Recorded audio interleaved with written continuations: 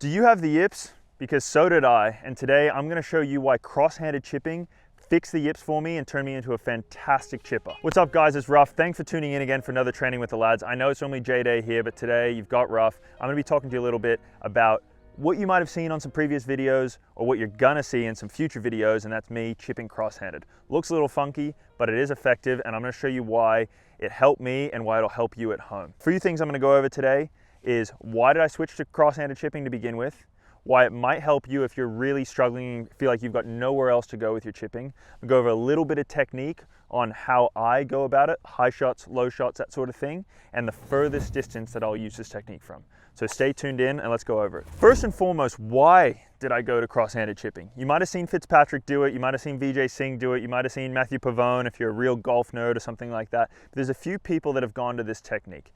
And for me, I did it, I was really struggling conventional chipping, hitting a lot of fat shots, especially when I got on grainy Bermuda, some tight lies, maybe over in the UK or some of these really great courses that have tight lies around the greens. And I couldn't find a way out. I spend so many hours chipping at J-Day's house, here at Toscana, and I just couldn't figure out under pressure how to get my low point correct, how I was able to hit these shots. So I started doing cross-handed chipping as a drill. And what cross-handed chipping taught me is a few things. So first and foremost, let's just break it down why I think it's helpful as a drill before you even think about implementing it into your golf game.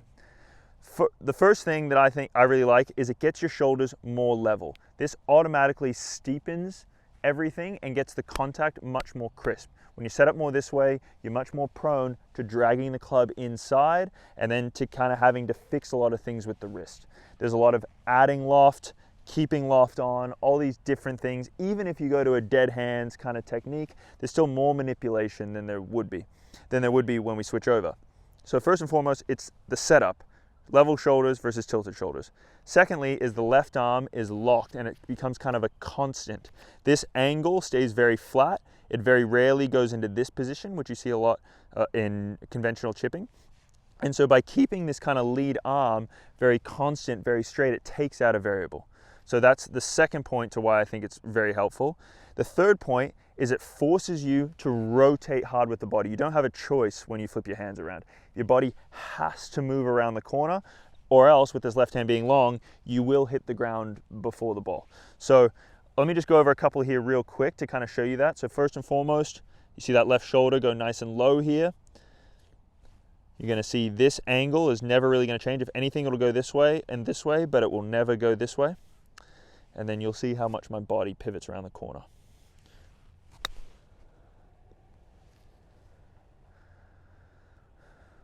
So pretty good shot there to start. That's a very standard chip.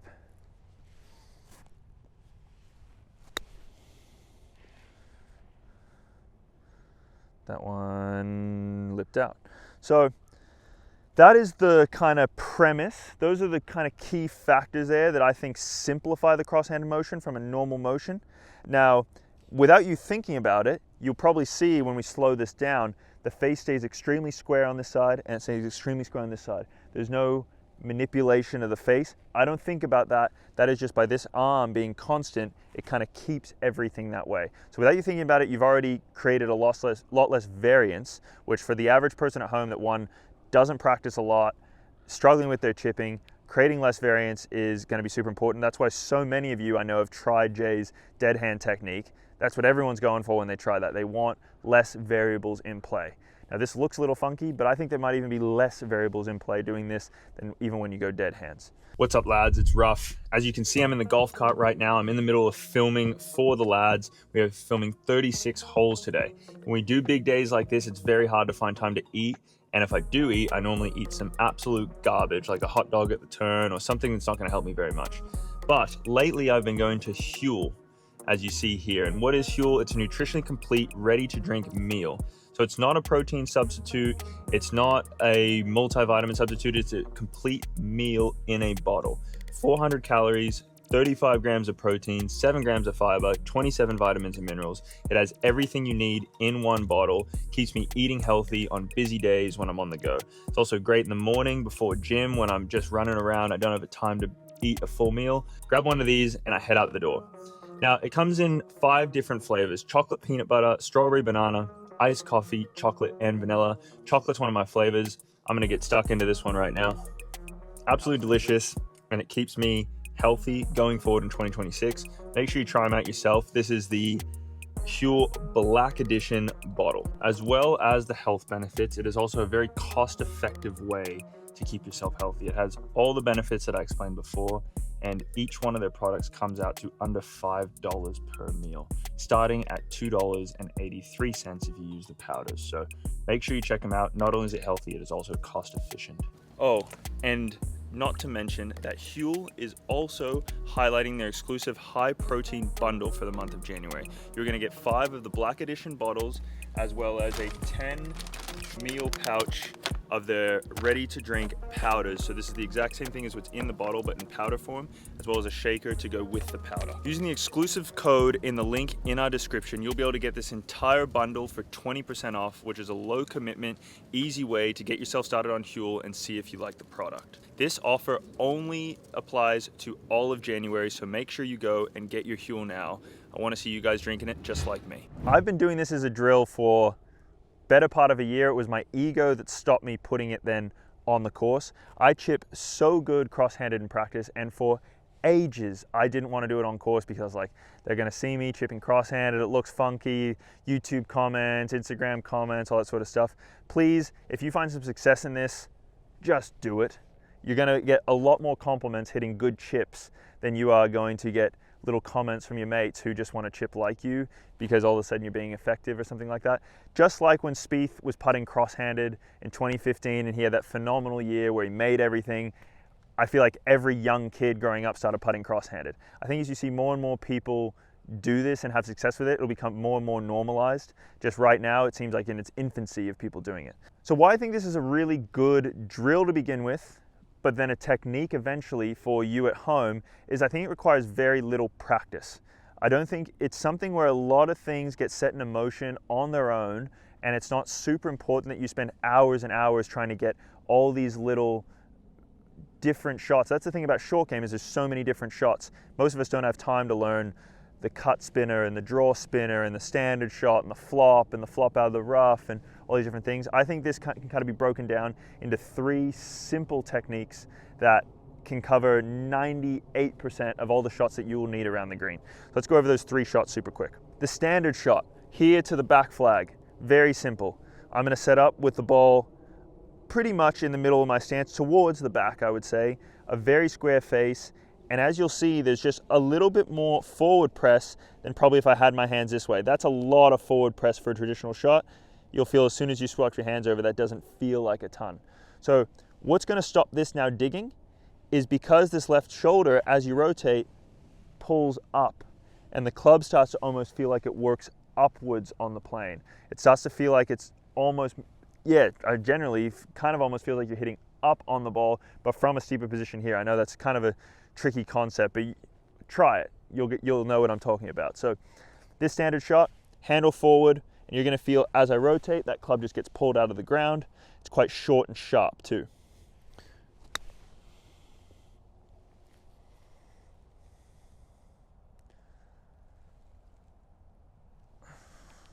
So that's the first thing that I would kind of focus on for you at home, is that little bit handle forward. The second thing is make sure that you do not drag the club in here. You've heard Jay talk about this many, many times. This is the death zone. Doesn't matter if you're cross-handed, normal-handed, this is the death zone in here. Make sure that club stays outside the hands for any shot that's kind of under 20 or so yards. Make sure that the club, especially on the backswing, stays outside the hands. As you'll see, once again, there's not gonna be a ton of face manipulation. Same concepts apply. Keep that nice and out in front.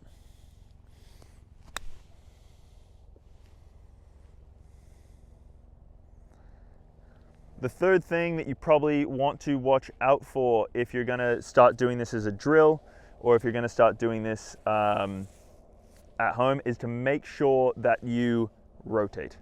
Rotating is by far the most important thing here. Without any rotation, we're bottoming out super early, but you're also gonna get the sensation when you do it, if you have a club in your hand right now, grab it and get a feeling for it, you're gonna want to. It makes your body wanna rotate. When you keep your forearms kind of close together, you think about it, there's only so far they can separate from your body. they can't really go much further when they're together. As soon as you get them nice and wide, you have more variance on each side. This kind of forces them to stay together, and you're going to want to be encouraged to rotate more. So as you can kind of see, chest is kind of at the target at this point to hit these shots. And that is a nice little grouping over there too, by the way, I must add. So that's kind of the breakdown of the basic parts of the technique. I think if you covered those three things cross-handed, you'll be in a very good spot to begin with. All right, so we just went over the standard technique. There's pretty much three things to look out for there.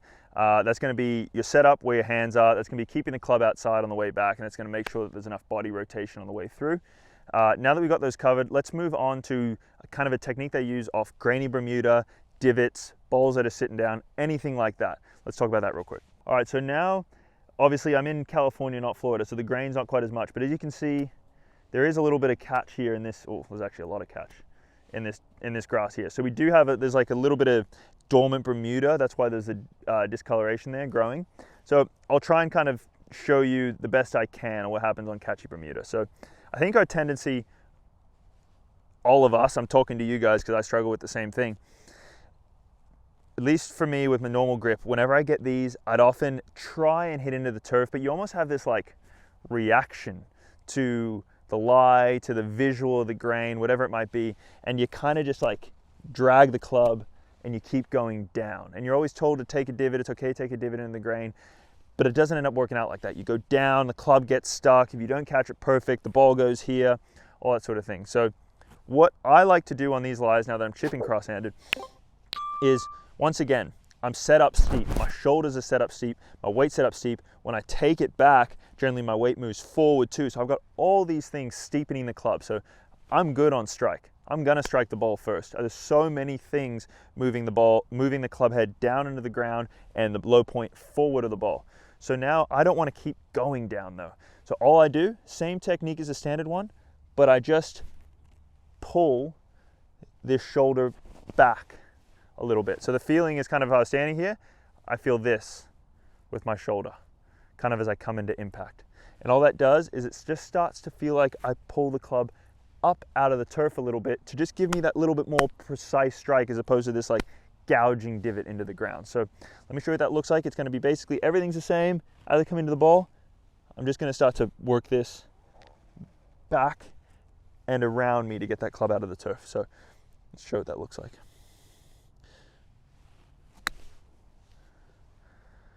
Now you can see a pretty grainy lie. I did take a divot. The grass did kick up a little bit there, but it's not some big, deep gouging divot. I was able to kind of keep that still pretty crispy, still pretty penne, as we like to say on the lads. And so go here again, just at the last minute. Feel like that left shoulder just pulls back. Once again, a pretty good shot. And as you can see, don't be scared to take a divot. You just don't want that downward strike that continues to go down the entire way. I know Joe Mayo talks about standing up and all this sort of stuff. I've always found that hard because I don't know exactly when, how much to stand up. I can just kind of gently just pull my shoulder back. That'll stop any real deep, violent divots. And the same thing applies if I go into, say, this divot here. The ball's sitting kind of just below the surface, as you can kind of see there.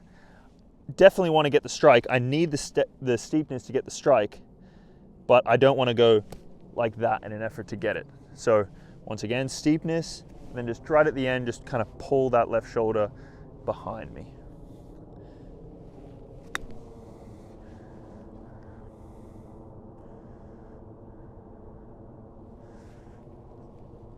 Might be able to see that now, but that was a pretty good shot. Obviously, that kicked up pretty hard because the divot was already laying down there.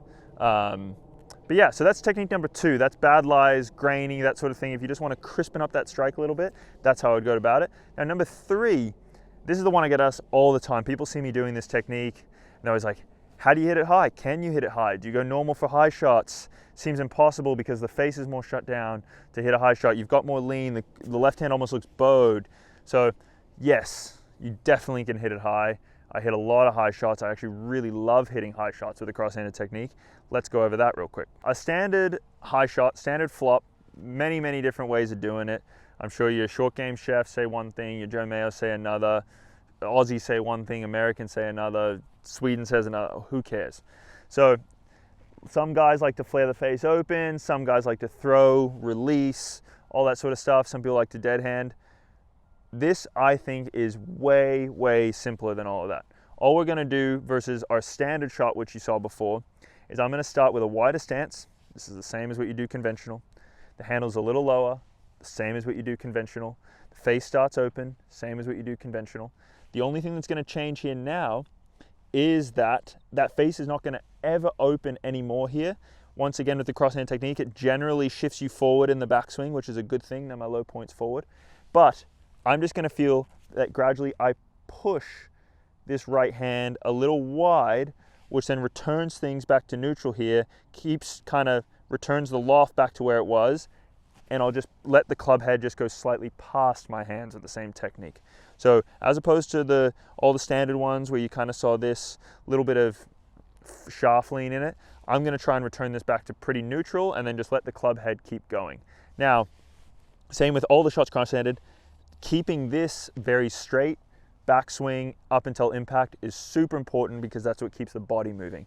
Like any chip, the body has to move in order to make the contact correct. So I'm gonna show that real quick. Face starts open, handle's fraction lower. I'm just gonna throw that club out just a little bit.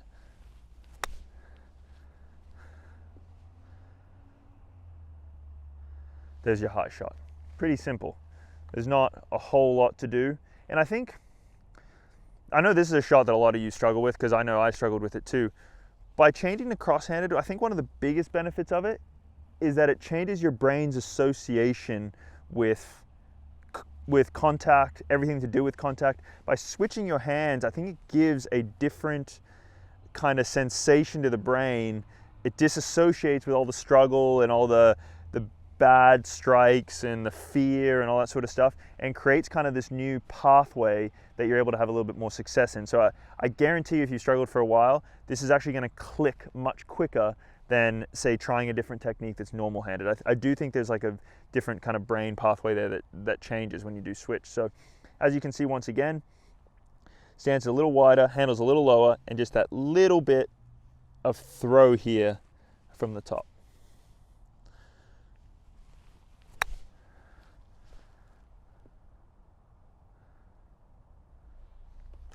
Pretty simple. So yes, I can hit a high shot. Sure, if I wanted to go super up the nose flop shot, for that one, I go standard. It needs more speed, so you've got to give it more speed. Same with bunkers, I'm standard as well. If you're gonna use this as a technique on course, make sure you know where your max distance is. You cannot be trying to hit cross-handed shots too far, because when you start to try and hit them too far, you start to down cock, you start to create lag, and that is the opposite of what we want. But when you start doing this, especially cross-handed, all you're promoting is digging, shut face, all sorts of variance in speed, all sorts of variance in low point. So find out, from me, it's about 30 yards carry. That is where I'm maxed out, and I'll switch back over to traditional. Find that for you too, because you do not want to be trying to, say, hit it past that bucket over there, and all of a sudden you're like trying to hit it that far. So make sure you find out where your comfortable speed is, and wherever your comfortable speed is, maybe take 5 off that, and you'll be in a really good spot to hit a lot of good chips. All right, guys, well, that is training with the lads, going over my technique, cross-handed chipping, which you may or may not have seen before. Hopefully that helps a few of you at home that are struggling, have been struggling, whatever it might be. It's certainly different, certainly looks a little different. It's helped me tremendously. I have a strong feeling that if it's a drill or you implement it into your game, it is gonna help you a ton too. So check it out, leave some comments if it did help you. Comment on my videos on Instagram, do all that. Rip me for it, I don't care. I'm chipping great now. I hope you do too. Thanks for watching, and we'll see you guys on the next one. Like, subscribe.